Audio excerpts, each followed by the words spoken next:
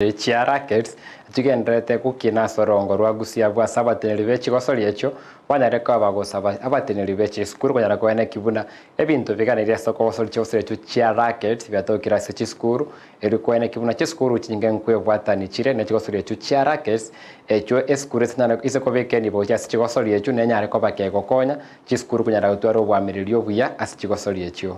Kwa majina kamili ni Mombinya Edwin.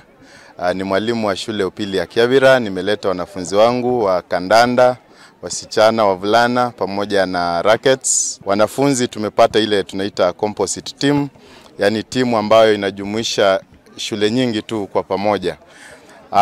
Wanafunzi wale walikuwa wamejipanga vizuri, lakini kiwango chetu bado kiko chini, labda kwa sababu shule nyingi hazijawekeza katika mambo haya ya rackets, na ningeomba sana shule zetu wale wakuu wa shule waweze kununua vifaa ambavyo vitaweza kuwezesha michezo hii kufanyika jinsi inavyostahili. Katika michezo ya rackets, shule ambazo zilijitokeza ni shule 4. Kwa kuzitaja tu ni yangu ambayo ni Kiavira, niko na shule ya Kiendege, kuna shule ya Nyachichi pamoja na shule ya Ekerubo.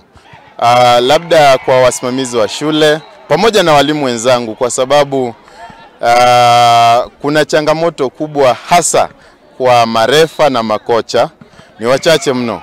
Kwa hivyo lazima tuanze kujitokeza, tupate marefa, tupate makocha wanaotosha ili waweze kufunza hawa wanafunzi, tuwe na timu nyingi, shule nyingi zaidi, na wale wakuu wa shule wakitusaidia tupate vile vifaa vya kuchezea michezo hii, basi tutakuwa tumesema shukrani sana.